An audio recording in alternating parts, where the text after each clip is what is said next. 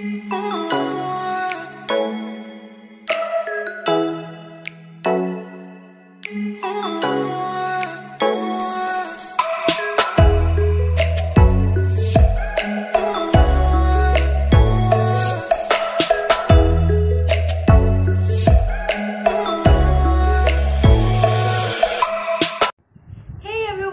Back to my channel Preeti Rana. और आज की इस वीडियो में मैं बताने जा रही हूँ अपने बारे में, जो कि बहुत सारे लोगों ने बोला कि अपने बारे में बताइए, आपकी डिटेल चाहिए हमें। सो मैं बताने जा रही हूँ अपने बारे में बहुत कुछ। सो वीडियो के लास्ट तक बने रहें और चैनल ज़रूर सब्सक्राइब करें अगर आप इस चैनल में नए हैं, और अगर आपने अभी तक हमारा चैनल सब्सक्राइब नहीं किया तो कर दीजिए।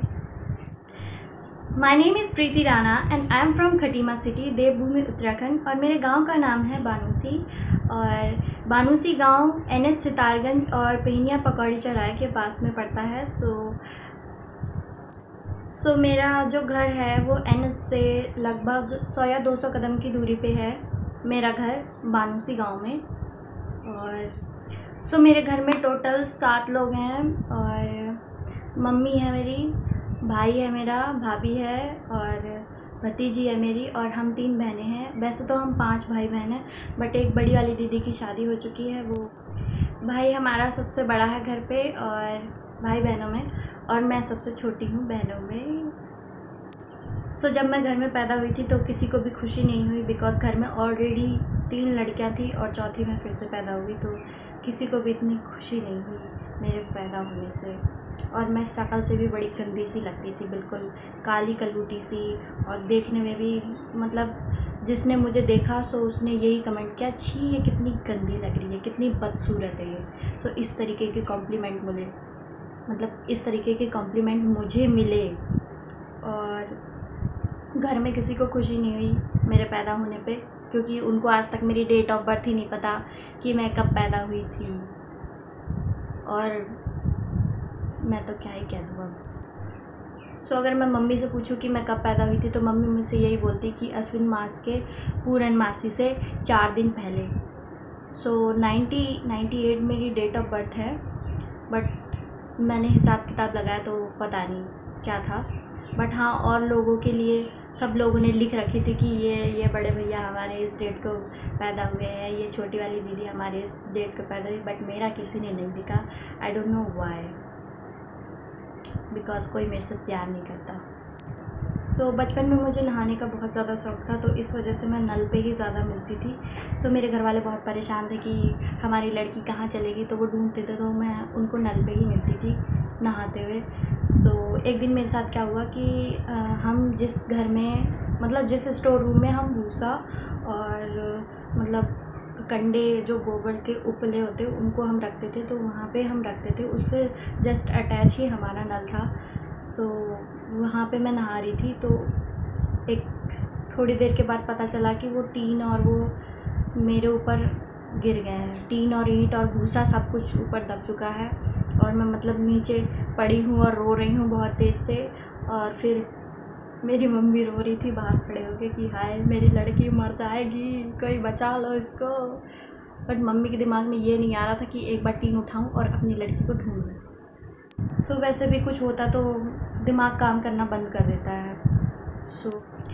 अपनी फैमिली के बारे में तो मैंने बता दिया। अब बात आती है एजुकेशन की। तो मैंने अपनी स्कूल की स्टार्टिंग NC मैंने किया था, नर्सरी to 5 तक मैंने नवीन विद्या मंदिर में पढ़ाई करी थी। पहले हमारे गुरुद्वारे बानूसी पे एक स्कूल था छोटा सा, तो वहाँ पे मैं पढ़ने के लिए जाती थी। तो छोटे में मुझे बहुत ज़्यादा शौक़ था कि मतलब बचपन में मुझे बहुत ज़्यादा शौक़ था कि पढ़ाई करूँ, और मेरे बड़े दीदी लोग जाते थे बैग लेके, तो मुझे भी शौक़ आता था कि नहीं मुझे भी जाना है जल्दी। तो मेरे घर वालों ने इस वजह से मुझे बहुत जल्दी स्कूल भेज दिया। मतलब मैं खुद जल्दी चली गई 2.5 साल की उम्र में, 3 साल नहीं हो पाया था। तो हमारी जो फैमिली थी पहले बहुत बड़ी थी, मतलब चाचा ताऊ लोग सब हम साथ में ही रहते थे।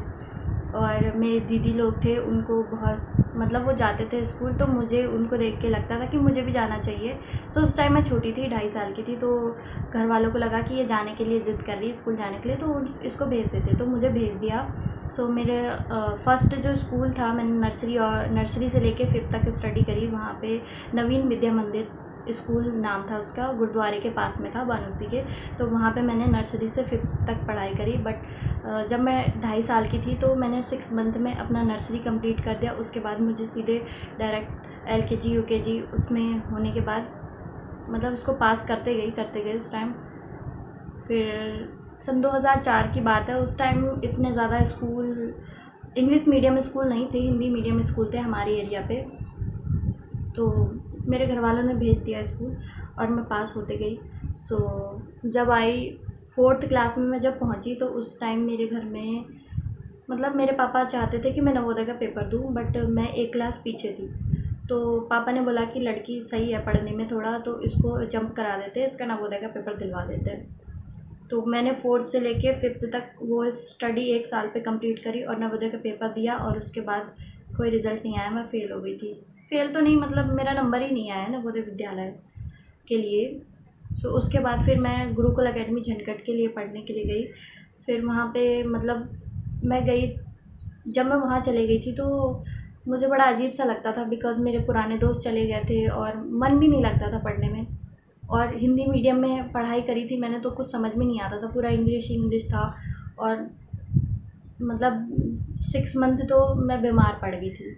मतलब 6 महीने जब मैं स्कूल गई तो स्कूल में अच्छा नहीं लगता था, तो हेल्थ भी ख़राब हो गई थी मार खाने की वजह से, क्योंकि बहुत ज़्यादा पिटाई पड़ती थी उस टाइम। अभी तो आजकल के बच्चों को अगर इतना मार दें तो शायद वो स्कूल ही ना जाए पढ़ने के लिए, बट हमारे टाइम में तो बहुत पिटाई पड़ती थी। मैंने तो 12th तक पिटाई खाई है स्कूल में। स्टार्टिंग में अजीब सा लगा था, बट फिर उसके बाद फिर मैं रेगुलर स्कूल जाने लग गई। देन उसके बाद मेरी परफॉर्मेंस अच्छी हो गई और फिर उसके बाद मैं रेगुलर स्कूल जाने लग गई थी। मैंने 6th क्लास पास कर दी और उसके बाद फिर 7th स्टैंडर्ड में गया। फिर मैं रेगुलर स्कूल जाने लग गई, बच्चों से घुलना मिलना शुरू हो गया, दोस्त बनाए मैंने और फिर उनके साथ हम मस्ती करते थे और पढ़ाई भी साथ में करते थे। फिर उसके बाद 8th स्टैंडर्ड में गई, अच्छी परफॉर्मेंस होने लग गई थी स्टडीज़ में। बट क्या हुआ मेरे साथ कि जून के टाइम पे हमारे घर में थोड़ी सी प्रॉब्लम चल रही थी, तो इस वजह से मुझे मम्मी ने बाहर के लिए भेजा था। तो उससे पहले मैं कभी घर से बाहर नहीं गई थी। तो मैं गई ऑटो पे अपने घर पे, मतलब घर से बाहर गई थी फर्स्ट टाइम। मम्मी ने कुछ काम के लिए भेजा था तो मैं गई थी। मैं जब वहाँ से वापस आ रही थी मम्मी ने मुझे घर से बाहर मम्मी ने मुझे कुछ काम से भेजा था। तो मैं जब वापस आ रही थी तो मेरा फिर से एक और एक्सीडेंट हो गया और इसमें मेरा पैर टूट गया। दोनों पैर की हड्डियां जो है टूट चुकी हैं। और फिर उसके बाद मेरा 3 मंथ तक ट्रीटमेंट हुआ। और जब मैंने अपने दोस्तों को बताया कि मेरा पैर टूट चुका है तो वो बहुत ज़्यादा हंस रहे थे। I don't know why. आज भी अगर उनसे बोलूँ कि तुम लोग हंस रहे थे तो वो कहते कि यार सच्ची में कि तूने बात ही ऐसी कर दी यार। मैंने उनको फ़ोन किया, मैंने अपने दोस्त को फ़ोन किया, बोला कि यार मेरा पैर टूट गया। तो कह रही है, तो वो हंस रहे थे। आई डोंट नो व्हाई क्यों हंस रहे थे, बट हंस रहे थे यार। मेरे तो 3 महीने लग गए थे मुझे चलने में। और मुझे वैसे भी डांस करने का तो बहुत ज़्यादा शौक़ था मेरे बचपन में। जब स्कूल में जब मैं 1 to 5th स्टैंडर्ड में थी, मतलब नर्सरी स्टैंडर्ड में थी, तब उस टाइम मेरे मैम लोग मुझे बहुत ज़्यादा सपोर्ट करते थे। मतलब बोलते थे प्रीति डांस करके दिखाओ, तो मैं चले जाती थी डांस करने के लिए।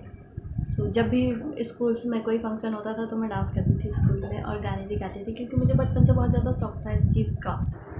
3 मंथ के गैप के बाद फिर मेरा चलना स्टार्ट हो गया और मैं फिर चलने लगी। मेरा पैर थोड़ा सा ठीक हो गया था, फिर भी दर्द होता था। तो उसके बाद फिर मैंने स्कूल जाना स्टार्ट कर दिया। फिर उसके बाद मैंने उतनी ही मेहनत करी जितना मुझे 3 मंथ में गैप मिला, बिकॉज़ मुझे ऐसा लगा कि शायद मैंने लॉस कर दिया अपनी स्टडीज़ को, तो फिर मुझे और ज़्यादा मेहनत करनी चाहिए अच्छे मार्क्स लाने के लिए। बट हाँ, मैंने उस टाइम मुझे बुखार भी आता था तो मैं सर पे पट्टी बांध के पढ़ती थी। और फिर उसके बाद मेरे मार्क्स भी बहुत अच्छे आए 8th स्टैंडर्ड में। और फिर उसके बाद तो पढ़ाई चलती गई। बट उस टाइम बहुत ज़्यादा ख़तरनाक हो गया था। मतलब ऐसा सीन हुआ था कि मैंने सोचा कि शायद मैं ऊपर ही चले जाऊंगी। फिर मेरे गांव वाले, जब मेरा एक्सीडेंट हुआ था तो जीप से हुआ था मेरा एक्सीडेंट मेरे गांव के ही सामने। तो मेरे गांव के एक आदमी ने मुझे उठाया था, अपनी गोद पे लेके गए थे वो, और हॉस्पिटल तक लेके गए, सरकारी हॉस्पिटल। जब भी मैं स्कूल में जाती थी तो मेरे स्कूल में बच्चे परेशान करते थे, मतलब चिढ़ाते थे मेरे को। वैसे भी लड़के तो चिढ़ाते रहते लड़कियों को। तो मेरी क्लास भी मेरे को चिढ़ाती रहती थी और परेशान करती थी बहुत सारे। और मैंने बहुत सारे लड़कों को अपनी क्लास के भी मारा भी, थप्पड़ भी मारा। और एक ने मेरे को लंगड़ी कह के चिल्लाया था, तो मैं रास्ते पे उसके पीछे गई और वो साइकिल में था और मेरा उसी टाइम एक्सीडेंट भी हुआ था और मैं उसके पीछे गई। मैंने उसके कैरियर पकड़ी साइकिल की और उसके पीठ में धमाक से इतनी ज़ोर से मारा। वो बेचारा कह रहा कि लंगड़ी कि तू दौड़ तो पाती नहीं थी, तो कि इतना ज़्यादा कैसे दौड़ गई। तो मैंने कहा गुस्सा दिलाएगा ना मारूंगी बहुत। तो फिर उस टाइम मेरे घर वाला ने फिर मुझे स्कूटी दे दी थी कि भाई तुम चलाओ इसको, क्योंकि तुम साइकिल चला नहीं पाओगे, तुम्हारा पैर कमज़ोर है, तो तुमको साइकिल चलानी चाहिए। सो मैं जब 9th स्टैंडर्ड में थी तो फिर मैं एकल विद्यालय अभियान में काम करती थी। वहाँ पे मैं अपने गांव के बच्चों को फ्री ऑफ कॉस्ट पढ़ाती थी और उनको सारी एजुकेशन देती थी, इंग्लिश, मैथ्स, हिंदी और संस्कृति के बारे में बताना हमारी, इस बारे में हम एकल विद्यालय अभियान में हम बताते थे बच्चों को। सो मेरे गांव से बहुत सारे बच्चे आते थे मेरे पास ट्यूशन पढ़ने के लिए, मतलब 40-40, 50-50 बच्चे आ जाते थे घर पे। तो मैं संभाल नहीं पाती थी उनको, बिकॉज़ मैं ही उस टाइम 15 ईयर की थी। तो उस टाइम पढ़ाना मुझे अच्छा लगता था। और मैंने 9th स्टैंडर्ड में एकल विद्यालय अभियान के साथ मैं जुड़ी और गांव के बच्चों को पढ़ाती थी। और गांव के बच्चों को पढ़ाती थी तो 30 से 40 बच्चे आ जाते थे हमारे यहाँ पे पढ़ने के लिए घर पे। तो मैं उन सभी बच्चों को पढ़ाती थी फ्री ऑफ कॉस्ट। और उस टाइम मैं 9th स्टैंडर्ड में थी। और फिर उसके बाद मुझे मंथली का वहाँ से मानधन मिलता था 500 रुपीज़। सो मैंने उस टाइम से कमाना स्टार्ट कर दिया सन 2013 से। फिर जो मुझे मानधन मिलता था 500 रुपीज़, तो मैं उसको अपने ऊपर इन्वेस्ट करती थी। मैं स्टडी करती थी, मैं ट्यूशन मैंने लगाया हुआ था अपना, तो वो फ़ीस मैं खुद पे करती थी। मम्मी पापा से मैंने पैसे नहीं लिए ट्यूशन पढ़ाने के लिए। और 12th तक मैंने अपनी ट्यूशन की फ़ीस खुद भरी। उसके बाद मैंने एडमिशन लिया। जब मेरा 10th कंप्लीट हो गया गुरुकुल एकेडमी से, फिर मैंने एडमिशन लिया नूसरी पब्लिक स्कूल में और वहाँ से मेरा 12th कंप्लीट हुआ। बट मैंने जो सोचा था कि मैं 12th क्लास में अच्छी सी परसेंटेज लाऊंगी, बट ऐसा नहीं हुआ मेरे साथ। बिकॉज़ 11th क्लास में मेरा फिर से एक एक्सीडेंट हुआ और मैं बस के नीचे आ गई थी, स्कूल बस पे। बिकॉज़ मैं स्कूटी लेके जाती थी स्कूल पढ़ने के लिए और घूमना भी मुझे बहुत ज़्यादा पसंद था। तो एक दिन मैं जा रही थी, किसी काम से जा रही थी मैं बाहर अपनी दीदी के साथ। तो मेरी बुआ की लड़की पीछे बैठी हुई थी, तो स्कूटी का टायर जो है वो फट गया था, मतलब पंक्चर हो गया था वो टायर। और उसके बाद फिर स्कूटी ऐसे गिरी और मैं नीचे और वो मेरे ऊपर, और बस जो थी वो सीधे मेरे कमर पे लगी हुई थी। और जब मुझे सांस ही नहीं आ रही थी, तो उस टाइम मुझे ऐसा लगा कि शायद अब मैं चली गई ऊपर। मैंने कहा अब नहीं आऊँगी प्रीति लौट के, प्रीति तेरा केक कट गया है, तेरे आंतें निकल गई है, सब कुछ। फिर मैंने जब उठ के देखा तो मैंने कहा हे भगवान मैं बच चुकी हूँ। बट हाँ, उस टाइम सांस नहीं आ रही थी। तो फिर हमें एम्बुलेंस वहाँ के लोगों ने, मेला घाट के लोगों ने, जहाँ पे मेरा एक्सीडेंट हुआ था, तो वहाँ के लोग मुझे उठा के लेके गए और एम्बुलेंस को बुलाया। फिर उसके बाद हम गए, फिर वहाँ पे ट्रीटमेंट हुआ और फिर उसके बाद तो फिर मैं घर आ गई थी। फिर उसके बाद जब मैं 11th स्टैंडर्ड में थी तो 13 अगस्त सन 2013 को मेरे फादर की डेथ हो गई थी। और फिर उसके बाद मैंने सोचा था कि मैं अच्छे से मेहनत करूँगी 12th क्लास में और अच्छे से नंबर लेके आऊँगी, जितना कि आज तक मेरा रिकॉर्ड बना है कि मैंने अच्छी परसेंटेज गेन करी। बट 12th क्लास में नहीं हो पाया मेरे साथ ऐसा, बिकॉज़ मैं डिप्रेशन में चली गई थी बहुत ज़्यादा। 2014 में मेरी फ्रेंड ने मुझे बुलाया था अपने घर पे कि हमारे घर पे शादी है, आ जाओ, कुआँखेड़ा गाँव में। तो फिर मैं वहाँ पे गई थी। उसने बहुत रिक्वेस्ट करी कि आजा प्रीति, आजा प्रीति, तो मैं चली गई वहाँ पे। तो वहाँ पे जब मैं गई तो फिर मैंने मेरी वहाँ पे दीदी भी रहती हैं, ताऊ जी की लड़की, तो वहाँ पे मैं चली गई थी। तो वहाँ पे मैंने अपनी स्कूटी रखी शाम के टाइम पे और फिर वहाँ से जो पीछे बगीचा पड़ता है वहाँ से मैं निकली। वहाँ पे बहुत सारे लोगों का, मतलब जो नशा करते हैं वहाँ पे बैठे रहते हैं शाम के टाइम पे, नशा दारू। तो शादी का टाइम था तो फिर बहुत सारे लोग वहाँ पे थे 2014 की बात कर रही हूँ मैं। तो उस टाइम क्या हुआ मेरे साथ कि वहाँ पे बहुत सारे लड़के बैठे हुए थे और नशेड़ी जिसने शराब वराब पी रखी थी वो। तो मैं वहाँ से जा रही थी, तो 30-40 लड़कों का ग्रुप था। तो उसमें से 2-4 लोग आए और कॉम्प्लीमेंट करने लग गए और उल्टा सीधा बोल रहे थे। तो एक बंदा आया पीछे से गाड़ी लेके, मेरा फॉलो कर रहा था वो मुझे, और उसके बाद उसने मेरे हाथ को पकड़ा और मेरे से बोला कि चलो गाड़ी में बैठ चलो। फिर मैंने उसको सुना बहुत अच्छे से, गाली भी करी मैंने उसको माँ बहन की, और उसके बाद वो चला गया। तो वैसे तो हमारे गांव बानूसी में मैं रहती हूँ, तो हमारे यहाँ पे बिल्कुल भी कुछ ऐसा बदतमीज़ी नहीं होती, बट अदर गांव में मुझे नहीं पता कि ऐसा भी होता था। सो उस टाइम में बहुत ही ज़्यादा अनजान थी चीज़ों से कि रेप क्या होते हैं, मतलब कि हमारे गांव पे भी ऐसा कुछ कर सकता है कोई, हमारे आसपास के इलाकों में भी। तो मेरे गांव में तो कभी भी किसी लड़के ने ऐसे बदतमीज़ी नहीं करी, बट और दूसरे गांव में ऐसा करते हैं। सो उस टाइम मुझे बहुत ही अजीब लगा, बिकॉज़ मैंने ऐसा कभी भी फ़ील नहीं किया था। तो फिर उसके बाद फिर उसके इंसिडेंट के बाद फिर मेरे साथ बहुत ही अजीब सा होने लग गया। मुझे नींद नहीं आती थी, मतलब 24 घंटे मैं जगती रहती थी भूतों की तरह। और फिर एक समय ऐसा आया कि मतलब दिसंबर 21 से मेरी नींद ही गायब हो गई, मैं सो ही नहीं पा रही थी। पता नहीं मेरे साथ क्या हो गया था उस टाइम कि मैं डिप्रेशन में जाते जा रही थी, और मेरे से स्टडी भी नहीं हो रही थी, और मैं स्टडी कर भी रही थी तो वो मेरे यहाँ से जा रही थी और यहाँ से निकल रही थी। पता नहीं क्या क्या ख्यालात आ रहे थे कि मर जाऊँ ये वो। तो इस वजह से फिर जनवरी आ गई थी, 2015 जनवरी। उस टाइम पे भी मैं डिप्रेशन में ही थी, मतलब 3 महीने, जनवरी फरवरी मार्च वहाँ तक मेरा डिप्रेशन चलता ही रहा। इतना ज़्यादा पगला चुकी थी कि घर में भी बहुत सारे लोग मेरे से परेशान हो गए थे कि या तो ये मरी जाए या तो ठीक हो जाए। सो मेरे घर वालों ने बहुत जगह मुझे दिखाया, बाबा तांत्रिक लोगों से भी, डॉक्टर से भी, बट उसका कोई इलाज नहीं हुआ। फिर मेन तो नींद का था कि नींद आ जाए इसको तो फिर ठीक हो जाए। तो फिर नींद की दवाई ली मैंने 1 साल तक, 2015 में नींद की दवाई ली, तब जाके थोड़ा ठीक हो गया बैलेंस। बिकॉज़ मेरे सर पे जो बचपन में मेरे जो भूसे और टीन से दब चुकी थी, तो उस वजह से मेरे सर पे चोट लग गई थी, और चोट लगने की वजह से मेरे सर पे बहुत दर्द होता था। तो फिर डिप्रेशन से निकलने के बाद फिर मतलब उस टाइम डिप्रेशन ही था। तो मार्च में मेरे 2015 में ही मेरे पेपर थे। तो उस टाइम पेपर जब मैं देने के लिए गई तो मेरी इतनी बुरी हालत थी कि मुझे समझ में नहीं आ रहा था कि क्या करना है। जब मेरे पास इंग्लिश का पेपर था, मेरे हाथ में था, तो मुझे समझ में नहीं आ रहा था कि मैं क्या पढूँ। मुझे पढ़ना ही नहीं आ रहा था। मैं अपने नाम की स्पेलिंग तक भूल चुकी थी उस वक़्त। और पीछे जो मेरे टीचर खड़े हुए थे, बोर्ड एग्ज़ामिनेशन दे रहे थे, वो इतना बक बक बक बक कर रहे थे, और मतलब समझ में ही नहीं आ रहा था। मैं एग्ज़ाम में बैठ के रो रही थी 2 घंटे तक। 2 घंटे तक मैं सोचती रही कि अब मैं क्या करूँ इसमें, मेरे को तो कुछ समझ में ही नहीं आ रहा क्या करना चाहिए। फिर उसके बाद मैंने मतलब क्वेश्चन पढ़े, दिमाग थोड़ा ठीक किया। मैंने कहा प्रीति भाई अब तो कुछ करना पड़ेगा, अच्छे से लिख तू, जितना आ रहा है उतना कर दे, फेल हो पास हो डोंट केयर, बस लिख दे तू।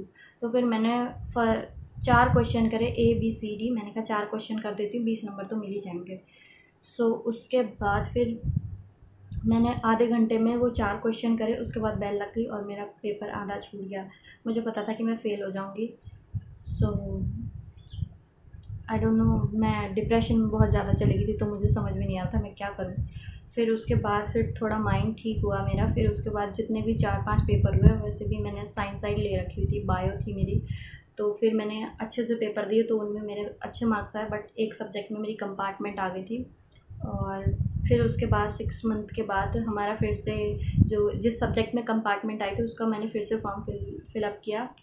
तो फिर मेरे दोस्तों ने मुझे बहुत ज़्यादा समझाया और मतलब हेल्प करी इस एग्ज़ाम को पास करने के लिए।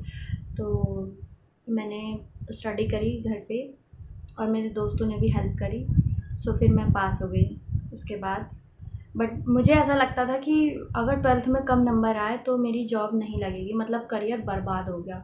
मतलब अगर अच्छे मार्क्स नहीं आए तो हमारा करियर बर्बाद है, हम अच्छी जॉब नहीं कर पाएंगे, अच्छा हमें नहीं मिल पाएगा। बट और जब मेरा 12th कंप्लीट हो गया तो उसके बाद से मैंने अपने फैमिली से मैंने एक ही बात बोली कि 12th मेरा कंप्लीट करा दो। बिकॉज़ मैंने CBSE बोर्ड से पढ़ाई करी, उसमें बहुत ज़्यादा फ़ीस जाती थी हमारी साल भर की। और तो मतलब फैमिली में भी थोड़ा अनबन चलती थी कि इतना पैसा उस पर इन्वेस्ट हो रहा है प्रीति के ऊपर बहुत ज़्यादा खर्चा हुआ है। तो मुझे भी खुद को लगा कि नहीं, मतलब अब बहुत ज़्यादा स्पेंड कर दिया, जितना पढ़ाना था पढ़ा लिया घर वालों ने, अब मुझे खुद करना चाहिए। तो मैंने उसके बाद जितनी भी कॉलेज से स्टडी करी, मैंने कभी भी घर से पैसे नहीं मांगे। थोड़ी बहुत हेल्प हो जाती थी मम्मी से, बट फिर भी रिटर्न कर दिए मैंने अपने घर वालों से। कभी 14 साल की उम्र से मैंने अपने घर वालों से पैसे नहीं मांगे अपने खर्चे के लिए, जब से मैंने कमाना स्टार्ट किया। तो मेरा बहुत ज़्यादा इंटरेस्ट था म्यूज़िक एंड डांस और सिंगिंग में। तो मैंने 12th क्लास जब पास करी तो फिर मैं एडमिशन के लिए गई थी हल्द्वानी MBPG कॉलेज में, बट मेरा एडमिशन नहीं हो पाया क्योंकि मेरे पास जाति स्थाई नहीं था, और मुझे ये भी नहीं पता था कि जाति स्थाई भी बनता है, और मेरे घर वालों ने भी हेल्प नहीं करी। मैं तहसील में गई और एक लड़के ने मुझसे बोला कि इतने में बन जाएगा, तो फिर मैंने उसको उतना पे कर दिया। और फिर जब मैंने घर में आके बताया कि मैंने उसको इतना पे कर दिया, तो वो घर वाले बोले कि इतना ज़्यादा तूने पैसे खर्च कर दिए, हम तेरा इतने से में करवा देते, तेरा तो काम फ्री में हो जाता, तूने खाली पैसे बर्बाद कर दिए, चल उससे तू फाइल मांग के लाना, अपनी जाति स्थाई हम बनवाएंगे तुम्हारी। फिर मैं वहाँ से उस लड़के से पैसे भी मांग के लाई और जाति स्थाई अपना वापस लेके आई, मतलब डॉक्यूमेंट लेके आई। फिर उसके बाद मैंने खुद अप्लाई किया, बट मुझे जाति स्थाई मेरा खुद का 3 मंथ में मिला। सो मेरा कॉलेज में एडमिशन नहीं हो पाया। एक तो कंपार्टमेंट आ गई थी, ऊपर से मेरा जाति स्थाई भी नहीं बन पाया, और फिर मेरा सपना था कि मैं म्यूज़िक BA करूँ म्यूज़िक से, तो वो नहीं हो पाया। तो मैंने फिर इंग्लिश सब्जेक्ट से ही किया, और इंग्लिश में तो वैसे ही मेरी कंपार्टमेंट है। तो BA मैंने कर लिया है, और MA पोस्ट ग्रेजुएशन मैंने इंग्लिश सब्जेक्ट से करी, और अभी फ़िलहाल मैं लॉ की स्टडी कर रही हूँ। और हमारा law college Purnagiri law college है, जो कि झनकट में है, और वहाँ से मैं स्टडी कर रही हूँ। अभी मेरा 2nd सेम में हूँ अभी मैं फ़िलहाल। इसके साथ साथ मैं म्यूज़िक से स्टडी भी कर रही हूँ। मतलब आदि गुरु विश्वविद्यालय से मैं म्यूज़िक की तैयारी कर रही हूँ, तो वहाँ से मेरा इस साल 6th ईयर है। मैं भी इस साल पास हो जाऊँ मैं 6th ईयर अपना, और उसके बाद मैं तैयारी कर रही हूँ अपने प्रोफेसर के लिए। म्यूज़िक से मैं PhD करना चाहती हूँ, तो उसके लिए मैं तैयारी कर रही हूँ, और साथ में मैं लॉ की भी तैयारी कर रही हूँ। बिकॉज़ मुझे ऐसा लगता है कि एक लड़की को सभी के बारे में नॉलेज होनी चाहिए, हर चीज़ के बारे में जानकारी होनी चाहिए, ना कि सजने संवरने के साथ साथ उसको हर चीज़ के बारे में नॉलेज आनी चाहिए। तो मैंने लॉ भी कर रही हूँ, म्यूज़िक भी कर रही हूँ, और कॉलेज मेरा कंप्लीट हो चुका है। सो जब मैंने स्कूल पढ़ लिया तो मुझे ऐसा लगता था कि अब जब स्कूल ख़त्म हो जाएगा ना, मैं तो घर पे बहुत रेस्ट करूँगी, मतलब एंजॉय करूँगी, घर पे रहूँगी दीदी लोगों की तरह। और तो फिर क्या हुआ, फिर 1 साल मैं घर पे ही रही, कहीं नहीं जाती थी। मैं कॉलेज में रहा था, कॉलेज का फॉर्म भर दिया था मैंने, फिर घर पे ही रहती थी। फिर उसके बाद मैंने स्कूल ज्वाइन किया, मतलब पढ़ाना स्टार्ट किया छोटे बच्चों को, NC के बच्चों को। तो फिर मैं इंटरव्यू दिए अपने स्कूल ज्वाइनिंग के लिए कि मैं मतलब पढ़ाना चाहती हूँ एज अ टीचर। तो मैंने सबसे पहले सनसाइन स्कूल में गई, वहाँ पे अपना इंटरव्यू दिया, और उन्होंने बोला कि हम आपको बाद में बताएंगे। तो फिर मैं उसके बाद गई अपने पड़ोस में जो है आदर्श भारतीय स्कूल, वहाँ पे इंटरव्यू दिया। तो वहाँ पे रिज्यूम जमा किया मैंने। फिर वहाँ पे सिलेक्शन नहीं हो पाया, बिकॉज़ मेरी एज कम थी उस टाइम, 17 ईयर की थी मैं। तो उन्होंने बोला कि हम आपको ले तो सकते थे, बट आपकी एज छोटी है, इस वजह से हम आपको नहीं लेंगे। फिर मैंने एक और जगह इंटरव्यू दिया, द ग्रीन ट्री एकेडमी में। तो वहाँ पे मुझे रख लिया गया एज अ टीचर। तो मेरा काम था छोटे बच्चों को पढ़ाना और उनको डांस सिखाना और मतलब गेम्स कराना। तो फिर वहाँ पे मैंने पढ़ाना स्टार्ट किया। तो मैंने वहाँ पे अपने 5 साल वहाँ पे मैंने खूब पढ़ाया बच्चों को। फिर 2016 में एक ऑफ़र आया, न्यूज़ में निकाला गया, बंटी जी ने निकाला था कि थारू फिल्म बन रही है रीति रिवाज, और अगर कोई भी इच्छुक है तो वहाँ पे थारू विकास भवन में ऑडिशन होने जा रहे हैं इतनी डेट को, और वो लोग वहाँ पे आ जाएं। सो मेरी दीदी ने मुझे बताया, हमारे घर में न्यूज़पेपर नहीं आता था उस टाइम, अभी भी नहीं आता। तो मेरी दीदी ने बताया कि ऑडिशन हो रहे हैं, प्रीति जाना है तो चले जाना। मैंने कहा ठीक है, मैं चले जाऊंगी। और वैसे भी मैं सोच रही थी कि यार काश कोई यहाँ पे अपने एरिया में कोई ऑडिशन तो करा दे, हम भी अपना टैलेंट दिखाएं। तो फिर मैं ऑडिशन देने के लिए गई। तो फिर ऑडिशन जब वहाँ पे दिया तो वैसे तो मैं सिंगिंग के लिए गई थी ऑडिशन देने के लिए, बट उन्होंने एज एन एक्ट्रेस मुझे रख लिया। तो ऑडिशन जब मैंने दिया तो बहुत सारी भीड़ थी लोगों की, और थोड़ा सा डर सा महसूस हो रहा था कि भाई इतने ज़्यादा लोग हैं, एक्टिंग कैसे करूँगी मैं और लोगों के सामने कैसे रिप्रेजेंट करूँगी मैं। फिर उसके बाद थोड़ा फर्स्ट राउंड हुआ, उसमें हमने अपने अनुसार अपना इंट्रोडक्शन और टैलेंट राउंड दिखाया। और उसके बाद सेकंड राउंड उन्होंने स्क्रिप्ट दी हमें और वो हमें करना था, तो वो हमने किया।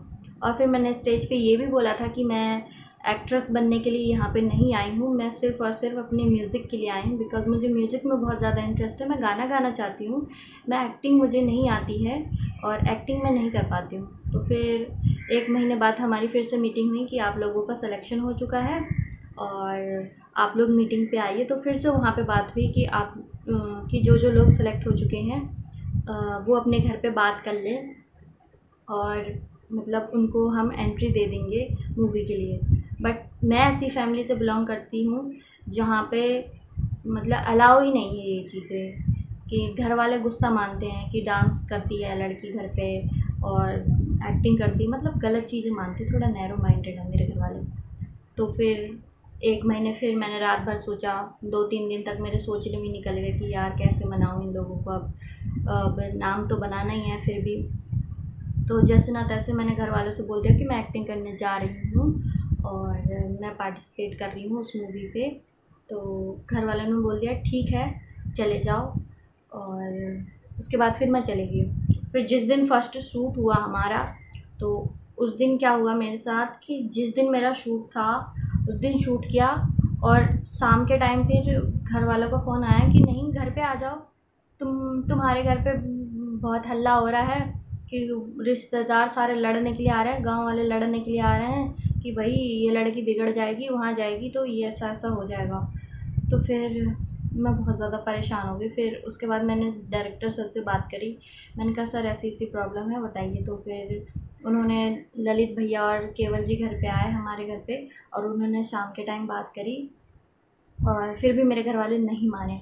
और मेरे घर के बिल्कुल 40 लोग मुझसे लड़ने के लिए आ गए थे कि प्रीति तुम मूवी पे काम नहीं करोगी, गलत है, हमारी नाक कट जाएगी और हमारा नाम बर्बाद हो जाएगा, हम बदनाम हो जाएंगे। और रिश्तेदार भी मेरे को यही बोलते कि मूवी करके तुमको क्या मिल गया, तुम क्यों कर रहे हो ये, कितना कितना नाम कमा लिया, कितने पैसे कमा लिया। सो इतना कुछ सुना मैंने। और उसके बाद फिर मेरे घर में भी बहुत ज़्यादा सुनाते थे, जब भी मैं शूट करने के लिए जाती थी तब मैं सुन के जाती थी, मेरा तो दिमाग ही ख़राब रहता था उस टाइम। तो फिर मैंने जैसे ना तैसे अपने घर वालों को मनाया, डायरेक्टर सर से मैं अपने भैया दीदी लोगों की बात करवाई और उन्होंने बोला कि इसमें कोई भी बोल्ड शूट नहीं है, ये नॉर्मल शूट है और इसमें सांस्कृतिक थारू जनजाति के बारे में बताया जाएगा, सिर्फ इतना ही हमें दिखाना और कुछ नहीं है। तो फिर उसके बाद मेरे घर वाले मान गए और उसके बाद फिर 1 साल तक शूट हुआ। 9 मई सन 2017 को मेरी फर्स्ट मूवी रिलीज़ हुई, रीति रिवाज। सो मैं थैंकफुल हूँ बहुत ज़्यादा मिस्टर राकेश मधुसूदन जी का, जिन्होंने मुझे एक्टिंग सिखाई, बिकॉज़ मुझे एक्टिंग आती ही नहीं थी, बिल्कुल भी नहीं आती थी और उन्होंने सिखा दी, तो थैंक यू। बट मैं एज अ सिंगर और म्यूजिशियन बनना चाहती थी, बट मुझे एक्ट्रेस की लाइन मिल गई, पता नहीं कैसे मिली। तो फिर मैंने सोचा कि एक्टिंग तो कर ही ली है, अब मैं मॉडलिंग भी करना चाहती हूँ। तो 2018 में एक ऑडिशन हुआ खटीमा में, मिस्टर एंड मिस उत्तराखंड का। तो उसमें मैंने पार्टिसिपेट किया। मैंने सोचा मेरा सिलेक्शन नहीं हो पाएगा बिकॉज़ मॉडलिंग में अच्छी सी हाइट चाहिए और फेस लुक अच्छा होना चाहिए, बट मेरा जो लुक है वो चाइनीज़ लुक है और हाइट भी मेरी इतनी ज़्यादा नहीं थी और डांस भी मुझे इतना ख़ास नहीं आता, बट इंटरेस्ट है मुझे इस चीज़ का, डांस का, बट सिंगिंग बहुत ज़्यादा है मुझे। तो मैंने मॉडलिंग में ऑडिशन दिया और मेरा सिलेक्शन हो गया और मैंने उसमें ऑडिशन में सिंगिंग का दिया था, गाना गाया था मैंने, कौन सा वाला याद कर लूँ मैं, सुनाती हूँ आपको। तेनू इतना मैं प्यार करा, एक पल विच 100 बार करा तू जावे जे मैनू छड्ड के मौत दा इंतजार करा कि तेरे लिए दुनिया छोड़ दी है कि तुझ पे ही सांस आके रुके मैं तुझको कितना चाहती हूँ ये तू कभी सोच ना सके कि तेरे लिए दुनिया छोड़ दी है कि तुझ पे ही सांस आके रुके मैं तुझको कितना चाहती हूँ ये तू कभी सोच ना सके। सो इस गाने को देने के बाद, ऑडिशन देने के बाद फिर मेरा सिलेक्शन हो गया और मैं बहुत ही ज़्यादा एक्साइटेड हो गई कि मेरा ड्रीम था मॉडलिंग में पार्टिसिपेट करने का। सो मैंने उस शो में पार्टिसिपेट किया। उस शो के ऑर्गेनाइज़र थी, डायरेक्टर थी मिसेस नीता सक्सेना फ्रॉम खटीमा। तो उनके शो में मैंने फ़र्स्ट पार्टिसिपेट किया था मॉडलिंग के लिए। तो उसमें पार्टिसिपेट किया मैंने अपना। फिर उसके बाद फ़िनाले हुआ तो फ़िनाले राउंड पे मुझे टाइटल दिया गया मिस राइजिंग स्टार। तो मैं बहुत ज़्यादा एक्साइटेड थी कि वाओ, मतलब राइजिंग स्टार का खिताब मुझे मिला है उत्तराखंड से। फिर उसके बाद मेरे पास और भी ऑफ़र्स आए, मतलब ऑफ़र्स आने लग गए थे मॉडलिंग शोज़ के कि मॉडलिंग शोज़ में पार्टिसिपेट करो। तो फिर मैंने एक और शो हुआ था आगरा में 2019 में। तो 2019 में होता mister and miss stylish Asia. तो वहाँ पे मैंने पार्टिसिपेट किया। तो फिर वहाँ पे बहुत ज़्यादा भीड़ थी, मतलब 400 या 500 लोग होंगे टोटल, इतने लोग पार्टिसिपेट करने वाले थे वहाँ पे। तो मज़ा आया। वहाँ पे गई मैं, आगरा पे गई और ताजमहल देखा, वहाँ पे अंदर गए हम और मतलब घूमा फिरा, बहुत ज़्यादा मज़ा आया वहाँ पे। तो फिर शो में पार्टिसिपेट किया और बहुत ही बढ़िया मेकअप किया गया था वहाँ पे, मतलब ज़ुबैर खान आए थे वहाँ पे और फ़ोटोशूट हुआ हमारा और प्राइजेस मिले। और फिर उसके बाद 5 डेज़ में वहाँ आगरा में रुकी थी और उसके बाद फिर वापस घर आ गई। देन उसके बाद फिर मेरे पास एक और ऑफ़र आया मिस अखंड भारत का। तो वो अमन गांधी जी ने शो ऑर्गेनाइज़ किया था दिल्ली पे। तो उसमें मैंने पार्टिसिपेट किया और उसमें मुझे खिताब मिला मिस टीन रिपब्लिक भारत 2019। और फिर उसके बाद एक और शो हुआ मिस इंस्पिरेशनल यूपी 2019 का। तो फिर उसमें मैंने पार्टिसिपेट किया और उसमें मुझे खिताब मिला miss inspirational second runner up. तो उसमें मैं सेकंड रनर अप रही, बिकॉज़ अभी तक उससे पहले 2 शो कर चुकी थी, उसमें विनर नहीं थी मैं, बट इसमें सेकंड रनर अप बनी। सो मिस इंस्पिरेशनल यूपी में मैं सेकंड रनर अप रही। और फिर उसके बाद मैंने किसी भी शो में पार्टिसिपेट नहीं किया सन 2019 में। फिर मेरे पास एक और ऑफ़र आया। मेरी दोस्त रितु ने मुझे बताया कि प्रीति एक शो होने जा रहा है दिल्ली पे और उसका नाम था शो का mister and miss WP India, Wedopedia India. तो उसमें मैंने पार्टिसिपेट किया और उसमें मुझे टाइटल मिला मिस दिल्ली का, मतलब मिस दिल्ली 2020 वेडोपीडिया। तो उसमें मुझे और एक टाइटल और मिला था मुझे उसमें मिस फैशनेबल का। तो मैंने ड्रेस पहनी थी पूरी बैकलेस पीछे से। तो जजेस बहुत ज़्यादा खुश हो गए थे देख के कि वाओ, इसने तो बहुत अच्छा मतलब वॉक करी है और ड्रेस बड़ी अच्छी पहनी है। तो फिर उसके बाद फिर मैंने पार्टिसिपेट नहीं किया। फिर उसके बाद 2020 में ही मेरे पास एक और ऑफ़र आया मिस, क्या नाम था उसका। सो उसके बाद मेरे पास एक और ऑफ़र आया। तो मैसेज फ़ेसबुक में बहुत ज़्यादा यूज़ करती हूँ, तो फिर उसमें अनुराग से मुझे मैसेज आया। तो अनुराग ने मुझे बताया कि एक शो होने जा रहा है, सूफ़ी सर ऑर्गेनाइज़ करा रहे हैं देहरादून से, mister and miss DC India 2020। तो पहले तो मैंने सोचा कि इतने सारे शोज़ कर चुकी हूँ तो उसमें कैसे पार्टिसिपेट करूँ, मेरे पास पैसे भी नहीं हैं। तो फिर मैंने अरेंज किए अपने घर वालों से और उसके बाद फिर मैं उस शो में गई। तो उसमें पार्टिसिपेट किया और मैं मतलब टॉप 8 में नंबर रहा पूरे ऑल ओवर इंडिया से। और फिर मुझे लास्ट जो खिताब मिला वहाँ से विन किया मैंने। Miss central India DC 2020। और फिर उसके बाद एक और शो में पार्टिसिपेट करने का मुझे मौका मिला 14 फ़रवरी को 2021 इसी साल। तो मीर संधू ने कराया था ऑर्गेनाइज़ चंडीगढ़ से, तो उन्होंने मुझे शो में पार्टिसिपेट करने के लिए बुलाया और मैंने वहाँ पे पार्टिसिपेट किया और वहाँ पे मैं सेकंड रनर अप रही। Mister and miss Chandigarh second runner up रही वहाँ पे। तो फिर उसके बाद फिर मेरे पास एक और ऑफ़र मिला मुझे, और मिस्टर एंड मिस क्या नाम था उसका, मतलब वो शो हरिद्वार में हुआ था अभी करके, मार्च के टाइम पे हुआ था और प्रणय दीक्षित सर ने कराया था वो शो। तो उसमें मुझे मिस इंस्पिरेशनल 2021 का खिताब मिला। तो इतने सारे टाइटल मैं ऑलरेडी ले चुकी हूँ और मुझे सिंगिंग में भी बहुत ज़्यादा इंटरेस्ट है। और सिंगिंग का मैंने एक ऑडिशन दिया था, तो उसमें मेरा सिलेक्शन हो गया था। स्कूल की तरफ से गई थी, नोसगे पब्लिक स्कूल मुझे लेके गए थे रुद्रपुर पे। तो हमने एक सॉन्ग गाया था, क्रिसमस सॉन्ग था वो, क्रिसमस पे गाया था। तो उसकी कुछ एक आध लाइनें मुझे याद है, सुना देती हूँ। Mary's birth child Jesus Christ। तो स्कूल की तरफ से हम गए थे, तो उसमें एक क्रिसमस सॉन्ग हमने गाया था। तो उसमें हम 3rd पोजीशन पे आए पूरे अपने स्टेट से। तो मुझे बहुत ज़्यादा खुशी कि मेरे सिंगिंग पे भी मुझे एक प्राइज़ मिला हुआ है। मेरे घर वाले बहुत खुश हुए कि हमारी लड़की इतने सारे ट्रॉफीज़ और मेडल्स लेके आ रही है हमारे लिए। 2018 में मेरे पास बिल्कुल भी कोई काम नहीं था। तो उस वक्त मुझे किसी मेरे फ्रेंड ने मुझे सजेस्ट किया कि उनको एक मॉडल की ज़रूरत है सॉन्ग के लिए। तो बिल्लिया बिल्लिया अक्खा सॉन्ग था उनका, तो उसमें उनको चाहिए मॉडल। तो फिर मैं चली गई थी वहाँ पे। तो अच्छा रिस्पांस रहा उस सॉन्ग का भी, बहुत सारे लोगों ने लाइक किया। और फिर मेरे दोस्तों ने सजेस्ट किया कि तुम इतना ज़्यादा दूसरों के लिए काम करती हो, कभी खुद के लिए क्यों नहीं ट्राई करती, खुद का चैनल बनाओ और अपने चैनल पे वीडियो डालो। मैंने कहा ठीक है, डालते हूँ। तो जब मैंने फ़र्स्ट अपने यूट्यूब के लिए वीडियो बनाई, तो उस दिन मेरे साथ बहुत ही ख़तरनाक इंसिडेंट हुआ। क्या हुआ कि जैसे ही मेरे घर में कैमरामैन आए थे घर पे, और मैंने पूरा अपना रूम डेकोरेट कर लिया कि नहीं मेरे को अब शूट करना है।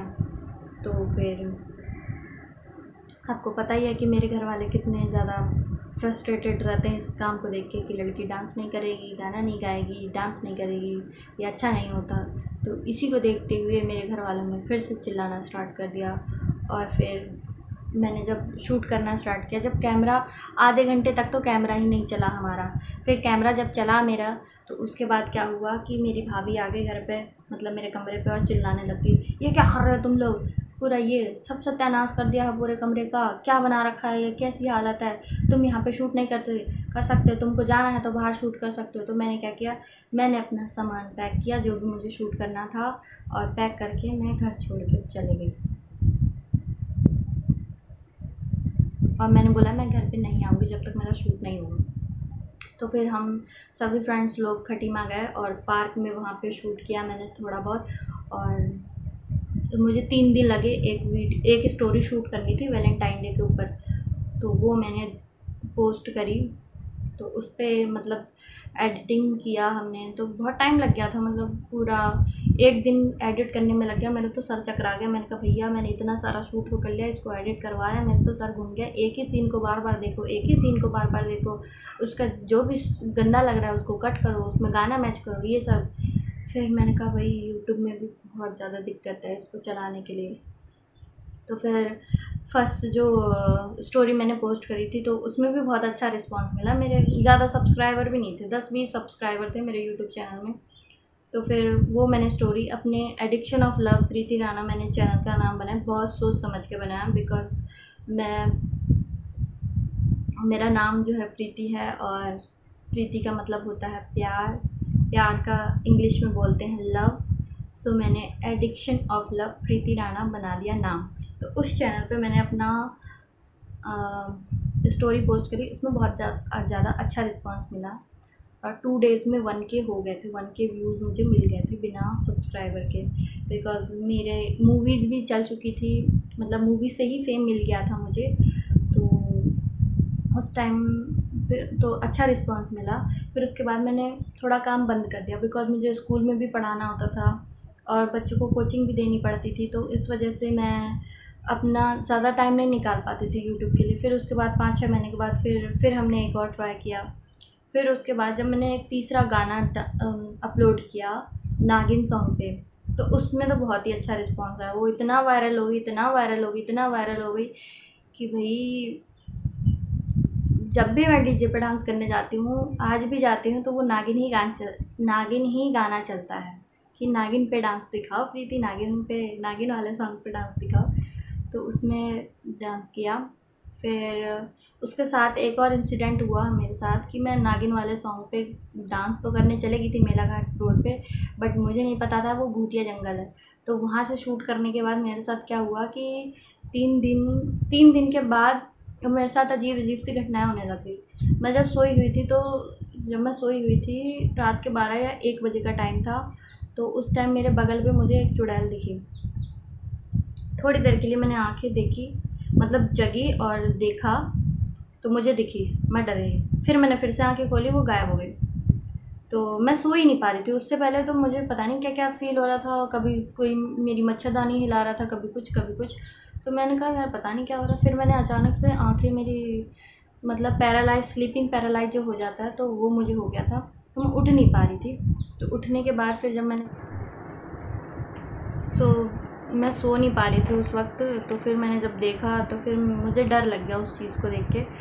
फिर हमने थोड़ा झाड़ फूँक कराया, फिर उसके बाद ठीक हो गया। अब के बाद से तो फिर मैंने भाई हाथ जोड़ लिए कि ना भैया जंगल में शूट नहीं करेंगे, भूत लग जाते हैं। उसके बाद से फिर मेरे घर वालों ने भी डांटा था कि मत जाना जंगल पे, बाहर सही नहीं रहता, लड़कियों के लिए सही नहीं रहता जाना इतनी दूर। तुमको शूट करना घर पे शूट कर लो या फिर कहीं अच्छी सी जगह पे शूट किया करो। जंगल में सांप वाप आते हैं भैया, काट वाट लेंगे तो पता नहीं क्या हो जाएगा। तो उस इंसिडेंट के बाद फिर से मैंने जंगल पे कभी भी नहीं गई मैं शूट करने के लिए। वैसे चले जाते हैं किसी और एरिया पे, जैसे बूम साइड हो गया, वहाँ पे भी सही है थोड़ा लोकेशन, बट वहाँ पे भी थोड़ा है रिस्की। तो अब मैं नहीं चाहती हूँ बाहर, ज़्यादा अपने आसपास के एरिया में शूट करती हूँ, जंगलों में शूट नहीं करती। तो वो डांस सॉन्ग बहुत ही ज़्यादा वायरल हो गया था। तो उसके साथ क्या हुआ मेरे साथ कि मेरी फ़ोटो मतलब कुछ लोग जेलस हो गए उस वीडियो को देख के कि नहीं ये लड़की तो फेमस होते जा रही है, इसको क्या करें, डिमोर्टलाइज़ कैसे करें इसको। तो फिर मैंने क्या किया, मतलब उन लोगों ने क्या किया कि उन्होंने मेरी फ़ोटो ली और एक पॉर्न वीडियो के साथ मेरी फ़ोटो चिपका दी, अटैच कर दी। और वो लड़की साइड फेस से मेरे जैसी दिखती थी। आज भी मुझसे बहुत सारे लोग बोलते हैं कि तुम्हारा पॉर्न वीडियो वायरल हो गया था, तो मैं उनसे यही बोलती हूँ कि मैं नहीं थी, अगर प्रूफ है तो बताओ। तो फिर वो उन लोगों ने क्या किया मेरे साथ, उन लड़कों ने, मेरे ही आसपास के लोग थे, तो उन्होंने मेरी फ़ोटो ली और उसको एक पॉर्न वीडियो के साथ अटैच कर दिया और हर जगह वायरल कर दिया। उत्तराखंड से लेकर यूपी तक उसको वायरल कर दिया। तो फिर मैं बहुत ज़्यादा परेशान रही। मैंने कहा यार ये क्या है, स्यापा फैला दिया इन लोगों ने मेरे साथ। तो फिर मेरे रिश्तेदार भी बोले कि प्रीति ये तुम्हारा ऐसा वैसा। तो फिर मैंने क्या किया, मैं रिपोर्ट करने के लिए थाने में गई, अपने खटीमा थाने पे। तो वहाँ पे मैंने रिपोर्ट लिखाई, बट वहाँ से मुझे कोई रिस्पांस नहीं मिला। मुझसे बोला गया ये लेडी हैं, मतलब लेडीज़ इंस्पेक्टर हैं, इनसे बात करिए और इनसे बताइए अपनी प्रॉब्लम। तो मैंने उनको दिखाया, मैंने वहाँ पे वो जो वीडियो थी वो दिखा दी मैंने। तो फिर दिखाने के बाद फिर उन्होंने बोला कि ये नहीं हो तुम। फिर मैंने सर को भी दिखाया, वहाँ पे बैठे हुए जो हेड थे वहाँ पे, उनको मैंने दिखाया। तो बोला कि ठीक है हम इसके बारे में देखेंगे। तो अभी तक कोई रिस्पांस नहीं हुआ, बट मुझे पता था कि फिर उसके बाद से फिर मैंने भी कोई रिस्पांस नहीं दिया, बिकॉज़ उन्होंने मुझसे बोला था कि अगर इन लोगों ने ऐसा किया है आपके साथ तो हम उनको, मतलब आप क्या चाहती हो उन लड़कों के साथ जिसने आपके साथ आपका ये वीडियो वायरल किया है, या फिर ये गलत तरीके से इस चीज़ को वायरल किया है, तो आप क्या चाहती हो। मैंने कहा मैं मारना कूटना कुछ नहीं चाहती हूँ, बिकॉज़ वो जो बच्चे थे वो नाबालिग थे और हम मार पीट नहीं सकते थे उनको। तो मैंने कहा सॉरी बोल देंगे, ठीक है। तो उन्होंने बोला ठीक है हम इसमें एक्शन लेंगे, बट उन्होंने एक्शन नहीं लिया। उन्होंने मुझसे बोला था कि उन लड़कों को लेके आना और हम उनसे बात करेंगे, माफ़ी मंगवाएंगे आपसे। तो फिर मैंने अपने दोस्तों को भी दिया था, तो उन्होंने उन लड़कों का अता पता निकाल दिया था। एक बार के लिए मेरे दिमाग में आया कि मैं उनके घर पे जाऊँ, उनके पेरेंट्स से बात करूँ कि आपके बच्चों ने हमारे साथ ऐसा किया है, क्या किया जाए, मारा जाए, पीटा जाए, कूटा जाए, क्या किया जाए। बट फिर दिमाग में आया कि नहीं करना चाहिए, बिकॉज़ अभी मैं कंपटीशन के दौर पे हूँ और मुझे अपनी लाइफ और करियर बनाना है। अगर इन चक्करों में रही कि उसने ऐसा कर दिया, उसने ऐसा कर दिया, इसने फ़ोटो वायरल कर दी, तो शायद मैं आगे ना बढ़ पाऊँ, इन्हीं चीज़ों में रह जाऊँगी। तो फिर मैंने उनके पेरेंट्स की तरफ भी सोचा कि अगर मैं उनको मारती हूँ, पिटवाती हूँ, अगर उनको कुछ भी होता है तो उसके लिए फिर मैं ज़िम्मेदार होंगी। फिर मेरे से लोग बोलेंगे कि तुम वीडियो बनाती हो क्यों? तो बात फिर मेरे ऊपर ही आ जाती कि मैं लड़की ही गलत थी और उनके ऊपर कोई एक्शन नहीं लिया जाता, क्योंकि मेरा काम है तो मुझे अपने काम की वैल्यू पता है कि लोग क्या बोलेंगे, क्या रिएक्शन देंगे, कैसा बोलेंगे। तो फिर मैंने उसको इग्नोर करते हुए और भी सारी वीडियोस बनाई। तो उसके बाद फिर मेरा चैनल जो है चल गया। मतलब अभी तक मेरे एडिक्शन ऑफ लव प्रीति राणा वाले चैनल पे 41 के सब्सक्राइबर हैं और अभी तक मैंने लॉकडाउन की वजह से उसमें कोई भी वीडियो पोस्ट नहीं करी है। सो जल्दी गाना रिलीज़ करूँगी उस पर। सो मेरे बहुत सारे ड्रीम्स थे बचपन में कि मतलब मेरे से कोई पूछता था कि क्या बनूँगी बड़े होके, तो मैं कहती थी हीरोइन बनना है। अब मेरे घर के पड़ोसी भी मेरे को बचपन में हीरोइन ही बुलाते थे, पता नहीं क्यों बुलाते थे, बट उनके हीरोइन कहने से थोड़ा बहुत असर आ गया। मतलब बड़ी तो नहीं बन पाई, बट हाँ छोटी वाली हीरोइन ज़रूर बन गई हूँ। सो एक्ट्रेस बन गई हूँ थारू समाज की। तो मेरे जैसे ही मैं घर से निकलती थी तो घर वाले, गांव वाले सब मेरे को यही बोलते थे। सो मेरे घर में मुझे बचपन में पूछते थे कि तुम बड़े होकर क्या बनना चाहती हो, तो मैं बोलती थी कि मेरे को तो एक्टिंग करनी है। और फिर जब मैं कोई मॉडलिंग शो देखती थी तो मुझे ऐसा लगता था कि हाय मैं मॉडलिंग में भी जाऊंगी, मिस इंडिया बनने के लिए जाऊंगी। तो मतलब मेरे जितने भी ड्रीम्स थे वो मैंने पूरे कर दिए। सो मेरा ड्रीम था कि मुझे मॉडलिंग करनी है, सिंगिंग करनी है। तो मैंने अपना खुद का 2 गाने लॉन्च कर चुकी हूँ। और पहला सॉन्ग था कभी तुम हमको देख के मुस्कुराए, वो मैंने गाना 2013 में लिखा था बट उसको मैंने रिकॉर्डिंग नहीं कराई थी, तो मैंने उसको आधा अधूरा छोड़ दिया था। मैंने सोचा पता नहीं पूरा भी होगा कि नहीं, और फिर मैंने उसको 2020 में उसको बना दिया उस गाने को। और फिर उसके बाद मैंने एक और सॉन्ग बनाया सुबह की उस, मतलब पहला प्यार भी तुम हो, तो फिर वो गाना भी मैंने बना दिया और मेरे addiction of love YouTube channel पे मैंने उसको पोस्ट कर दिया है। और मेरे जितने भी ड्रीम्स थे, मॉडलिंग, एक्टिंग, ट्रैवलिंग और मुझे अच्छा फूड पसंद है, तो वो मैं पूरे कर चुकी हूँ। और जितनी भी ख्वाहिशें थी मैं अपने 23 एज में पूरी कर चुकी हूँ। सो लास्ट मेरा ड्रीम यही रह गया है कि मैं मतलब म्यूज़िक से PhD करूँ और इसके लिए तैयारी कर रही हूँ पूरी। सो मुझे सिंगिंग करने का बहुत ज़्यादा शौक़ है, तो उसके लिए मैं तैयारी कर रही हूँ और बहुत सारे गाने बनाने हैं। ड्रीम है कि मतलब इतने बढ़िया बढ़िया गाने बनाऊँ कि लोग सुने और तारीफ़ें करें और मतलब ऐसे गाने बनाऊँ जिनसे कानों को सुकून मिले, मतलब सुनने में अच्छा लगे, मतलब स्वीट वॉइस लगे, तो इस तरीके में गाने बनाऊँ अपने। और सो मेरा जो बचपन का गाना है वो जो मुझे बहुत ज़्यादा फेवरेट है, तो मैं आपको सुनाती हूँ। तूने ओ रंगीले कैसा जादू किया, पिया पिया बोले मत वाला जिया हो, तूने ओ रंगीले कैसा जादू किया, पिया पिया बोले मत वाला जिया। सो मेरे सोशल मीडिया में बहुत ज़्यादा फ्रेंड्स हैं, बट रियल लाइफ में मेरे कुछ ही फ्रेंड्स हैं, 3-4 लोग दोस्त हैं मेरे जिनको मैं अपनी बातें शेयर करती हूँ। और भी बहुत सारे दोस्त हैं बट उनको लिमिटेड बताती हूँ, ज़्यादा नहीं बताती। और सो दोस्तों, मैंने अपने बारे में सारी बातें बता दी हैं, और भी कुछ पूछना चाहते हैं तो वो भी मैं बता दूँगी आपको अगली वीडियो में। और कमेंट सेक्शन में मुझे ज़रूर बता दें आपको कौन सा वाला पार्ट ज़्यादा अच्छा लगा। मेरी लाइफ ठीक है, इंटरेस्टिंग तो है ही, और क्या कह दूँ मैं। सो गाइज़, मैं आपके साथ और भी ढेर सारी वीडियो शेयर करूँगी और भी अच्छी अच्छी वीडियो शेयर करूँगी, बस मुझे आप।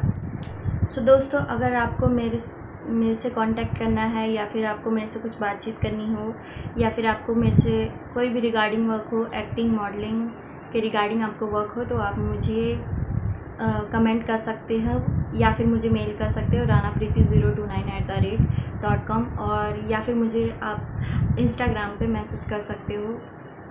मेरी आईडी का नाम है प्रीति राणा ऑफिशियल। सो उसमें आप मुझे मैसेज कर सकते हो। सो वीडियो आपको कैसी लगी कमेंट सेक्शन में मुझे ज़रूर बताएं, और अगर आपको ये वीडियो पसंद आई है तो इस वीडियो को ज़रूर लाइक करें और कमेंट सेक्शन में कमेंट ज़रूर करें और चैनल को सब्सक्राइब करें और बेल आइकन भी ज़रूर दबा दें। तो मिलते हैं आपको अगली वीडियो में, तब तक के लिए बाय बाय दोस्तों।